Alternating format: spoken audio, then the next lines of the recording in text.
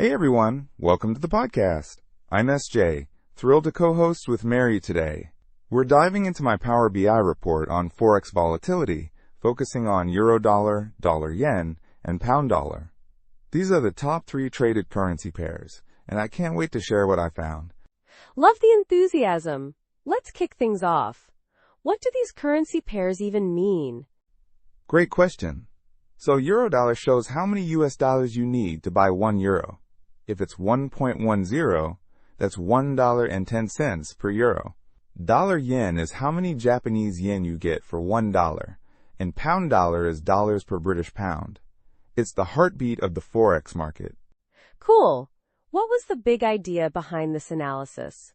I wanted to uncover volatility patterns from 2022 to 2024. Volatility is just how much prices wiggle.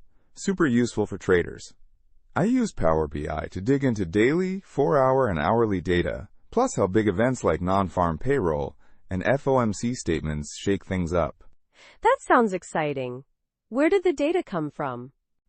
I grabbed Forex prices from Dukascopy.com and event info from ForexFactory.com's calendar.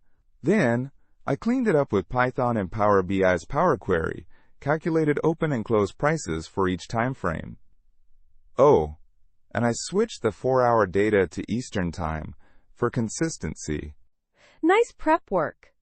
What did you find about daily price movements? From 2022 to 2024, Euro dropped 8.9% against the dollar. Sterling fell 7.5%, but US dollar soared 36.6% against yen. Check the line chart in the Power BI report. It's wild. Yet, daily percentage changes hovered around zero, though dollar-yen had bigger swings. You can see that in the box plots. Box plots, what's that about? Oh, box plots are awesome.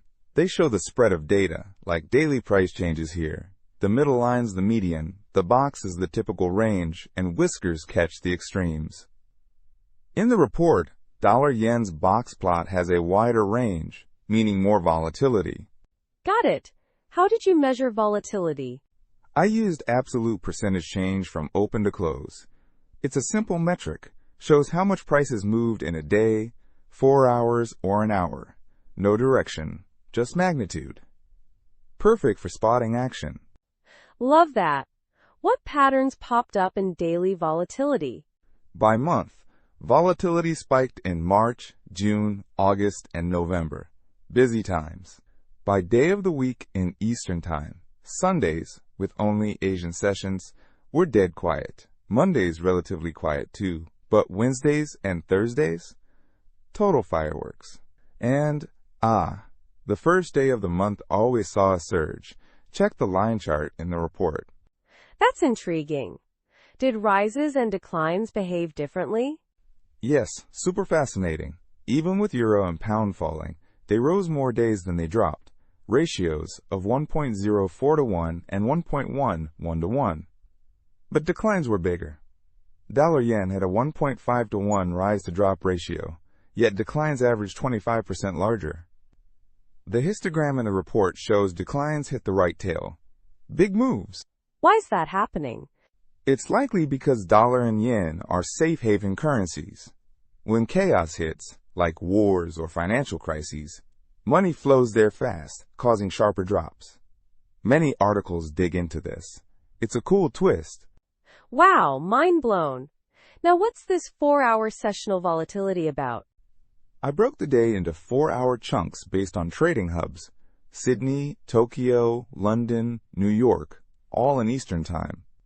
Like early Sydney sessions, 4 to 8 p.m., early London sessions, 4 to 8 a.m. It shows how different markets drive volatility. My Power BI report has the full breakdown. What did you uncover there?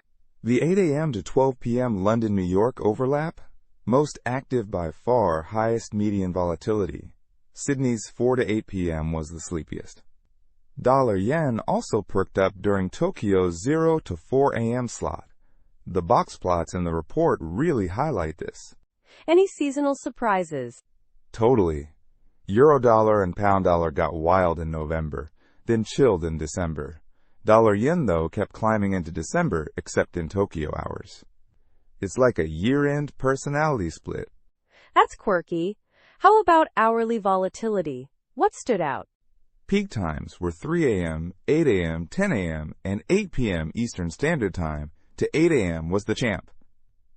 Dollar-yen also rocked Sydney-Tokyo overlap sessions, while pound-dollar owned London-New York overlap. The line charts in the report map it out perfectly. How did days of the week shake things up? Mondays tends to be slow. Thursdays hit the week's high at 8 to 9 a.m. data releases, maybe? Fridays spike during the overlap, too. The report's day-by-day charts are a goldmine for this. Awesome. You also looked at events, Non-Farm Payroll and FOMC statements. What are those?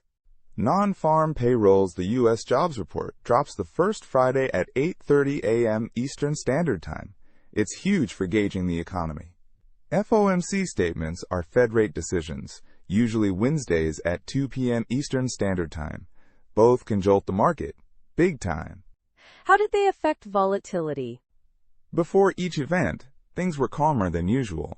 Then, bam, a spike at release and volatility stayed high after. Same for all pairs. The report compares event days to regular days. Tables and charts make it crystal clear. That's so cool. Anything else you want to spotlight? Yeah. One gem. Declines outsize rises across the board. It's not just trends, it's how markets react to shocks. Many tie it to safe haven flows. Super eye-opening. Fantastic stuff. Thanks for breaking it down. This was a blast. My pleasure. Love chatting about it. Hope everyone checks out the report and article.